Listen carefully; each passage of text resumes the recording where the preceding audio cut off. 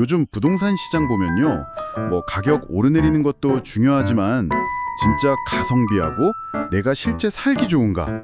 이게 정말 중요해진 것 같아요. 특히 공공택지에 민간 건설사가 짓는 아파트들 있잖아요. 이런 건 분양가 상한제 덕분에 가격이 좀 매력적으로 나오더라고요. 그래서 오늘 저희가 좀 깊게 파볼 자료는 바로 이런 케이스. 화성 동탄투신도시에 들어서는 동탄 꿈의 숲 자연엔데 시장입니다. A78블록이네요. 이게 왜 이렇게 관심이 뜨거운지 보내주신 자료들 보면서 입지부터 가격, 또 청약 조건, 미래 가치까지 핵심만 한번 짚어보죠. 진짜 뭐 로또 청약 소리 들을 만한 건지 한번 같이 보시죠. 네, 역시 가장 눈에 띄는 건 분양가입니다. 아무래도 그렇죠. 확인된 정보로는 전용 84제곱미터, 우리가 보통 34평이라고 하는 그게 이제 5억 중반대로 나왔어요. 이게 주변에 최근에 지어진 아파트들 시세랑 비교하면 못해도 한 1억 원 이상은 낮게 나온 거거든요. 와, 1억 이상이요? 네, 이런 가격 차이가 요즘 분양시장에서 진짜 보기 드문 기회인데 이게 가능한 이유가 말씀하신 대로 분양가 상한제 적용되는 공공택지, 거기에 민간 브랜드를 얹은 모델이라 그렇습니다. 그리고 또 하나, 총 1170세대면 꽤 대단지잖아요. 네, 1000세대 넘으면 크죠. 근데 이게 전부 전용 74제곱미터랑 84제곱미터, 그러니까 한 30평, 34평, 딱 실수요자들이 제일 좋아하는 중소형 평형으로만 구성됐다는 점도 주목할 만한 부분이고요. 1억 이상 차이면 진짜 솔깃한데요?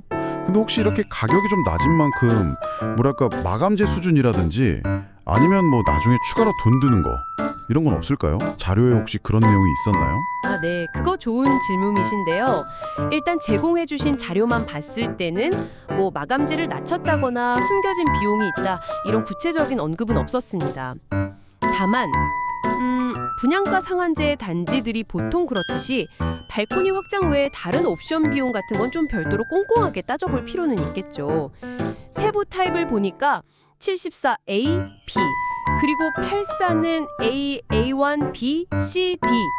와, 타입 엄청 다양하네요. 네, 선택지가 많네요. 지하 4층부터 지상 20층까지고 총 13개 동 규모라고 하고요. 아, 그리고 모든 세대에 발코니 확장은 기본으로 들어간대요. 이건 공간 쓰기에는 확실히 좋죠. 이런 기회는 진짜 청약 일정 잘 챙겨야겠어요. 어떻게 되나요? 네, 이거 정말 달력에 딱 표시해 두셔야 합니다. 5월 중순에 확 몰려 있어요. 특별 공급이 19일 월요일이고요. 바로 다음 날 1순위가 20일 화요일, 그리고 2순위가 21일 수요일입니다. 월화수 연달아 있네요. 네, 그리고 당첨자 발표는 그 다음 주인 29일 목요일. 계약은 좀 여유 있어서 7월 19일부터 시작하고요. 청약은 다른 데 말고 한국부동산원 청약홈 사이트 아시죠? 거기서 온라인으로만 하셔야 하고요. 중요한 게 한 세대에서 딱 한 명만 신청 가능하고 중복 신청하면 그냥 다 무효 처리되니까 이거 꼭 기억하셔야 합니다. 네, 알겠습니다. 그럼 집안은 좀 어떻게 꾸며졌나요? 요즘 뭐 구조나 수납 이런 거 엄청 따지잖아요. 그렇죠. 이 자료에서도 그 부분을 좀 강조하고 있더라고요. 일단 남향 위주로 배치를 했고 판상형 4베이 마통풍 구조. 이게 뭐 햇빛 잘 들고 바람 잘 통하는 가장 선호하는 구조잖아요. 네, 그렇죠. 환기 잘 되는 거 중요하죠. 공간 효율을 높였다, 이렇게 설명하고 있습니다. 신혼부부부터 애들 있는 4인 가족까지 두루 만족할 만한 구성이라고 하네요. 와, 근데 커뮤니티 시설이 잠깐만요. 스카이 라운지가 있어요? 네, 자료에 따르면 그렇습니다. 오, 스카이 라운지에 실내 체육관, 골프 연습장 이런 건 기본이고 애들 키우기 좋게 맘스 스테이션, 어린이집, 작은 도서관에다가 방과 후 교실이랑 키즈 카페까지 있는 에듀센터요. 네, 맞습니다. 에듀센터라고 해서 교육 특화 공간을 따로 마련한 것 같아요. 이야, 이 정도면 커뮤니티는 진짜 신경 많이 쓴 티가 나는데요. 네, 아무래도 1000세대가 넘는 대단지니까 이런 시설에 좀 공을 들인 모습입니다. 그리고 단지 안에 조경도 신경 썼다고 하는데요.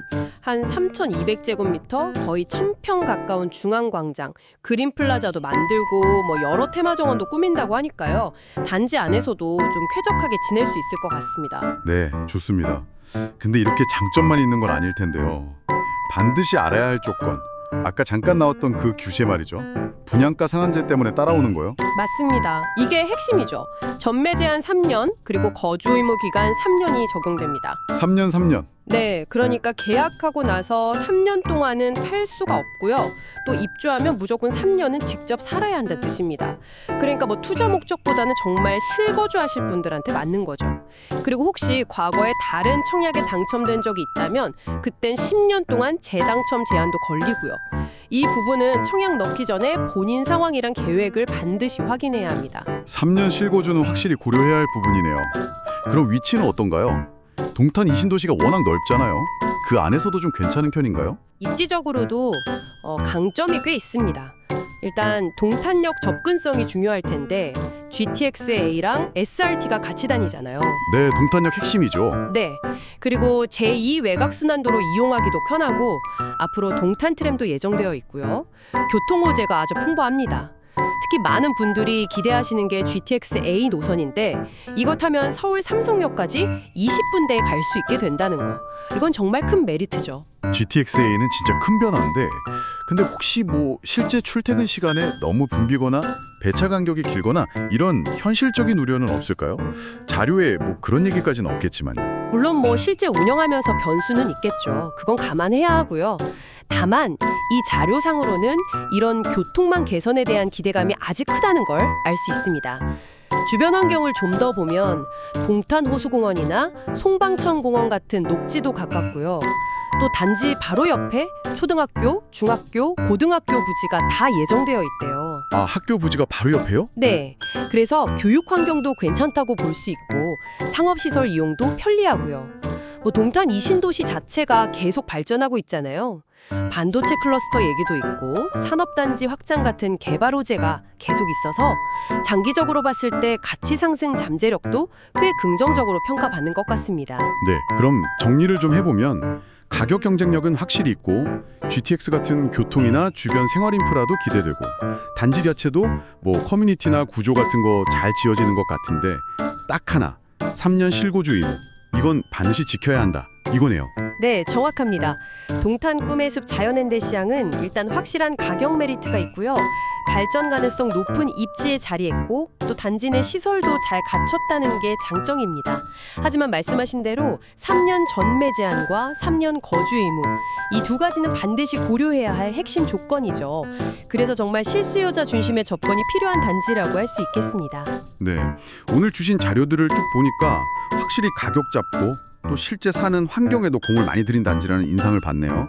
특히 뭐 자녀 교육을 생각하거나 좀 길게 장기 거주를 생각하는 분들께는 상당히 매력적인 선택지가 될 수 있겠다 이런 생각이 듭니다. 네, 그래서 마지막으로 이런 질문 한번 던져볼 수 있을 것 같아요.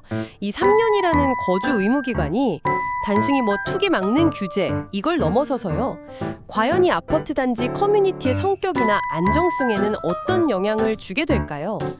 어쩌면 정말 실제 거주자 중심으로 좀 더 끈끈한 공동체를 만드는 그런 긍정적인 기반이 될 수도 있지 않을까. 뭐 이런 부분도 한번 생각해 보시면 흥미로울 것 같습니다.